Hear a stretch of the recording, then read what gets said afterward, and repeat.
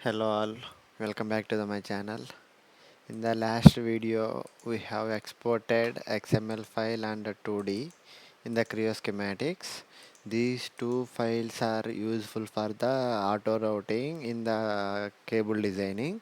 So up to that we have completed in the last session. Now from in this video onwards, we will start working on the 3D cabling. For 3D cabling, lot of steps are involved. I am not going to teach all those steps in a single video. I will split the videos and I will explain each topic in the each video. So it will be easy and it will be clear to the everyone. So I will start working on 3D cabling. In this video, majorly I am concentrating on the creating the assembly and creating the sub-assemblies. All these things I will show in this video. We need to open Creo parametric, later take new and assembly design only. Give project name something. Click OK and save this file to your local folder somewhere you want. I am maintaining the one folder, so I will save over there.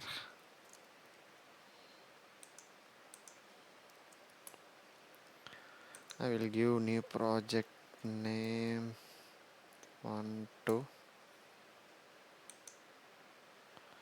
Choose an object name existing in this session.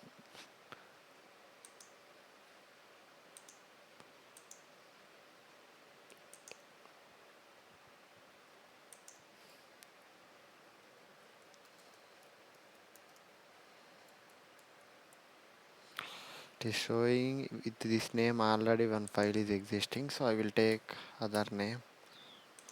Uh, After creating the assembly, now we need to create sub-assemblies. For this, how we come to know how many sub-assemblies we need to create, why we need to create, all these questions will be raised. In the wiring harness, nothing but combination of connectors, back shells and tie bands and cables.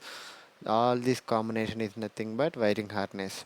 In the wiring harness, back shells and connectors, tie bands will be there, right? So for those, we need to create separate sub-assemblies. In future, if you want to delete or modify or do if you want to do anything on that respective thing, it will be helpful in the future. So if we are creating sub assemblies for those, it will be helpful for us only in the future. So I will create separate sub assemblies for those all those things. I will create separate things for back shells, connectors and tie bands. So I will start creating the sub assemblies. Here you can see create and assembly means add a component to the assembly. It means whatever the assemblies we are creating here, for those assemblies in connector is a part, so that part we need to dump to the respective assembly. Based on this option, we will dump all the connectors, backshells, tie bands into the assemblies, and this is the option to create the assembly. So I will click on this sub assembly and give sub assembly name. For first assembly I will create for connectors and copy from existing only. Okay, and fix it. Okay, now assembly is created and I will create one more sub assembly for back shells. Create sub assembly back shells. Back shells already in use, so I will create one more name. Fix it. Okay, and back shells folder also created. Now I will create one more sub assembly for tie bands. Copy from existing only, click on OK and fix it. Okay, now tie bands sub assembly also created. Now I will create one more sub assembly for cables. After dumping all these connectors, back shells and tie bands, we need to route the cables around the connectors through the tie bands.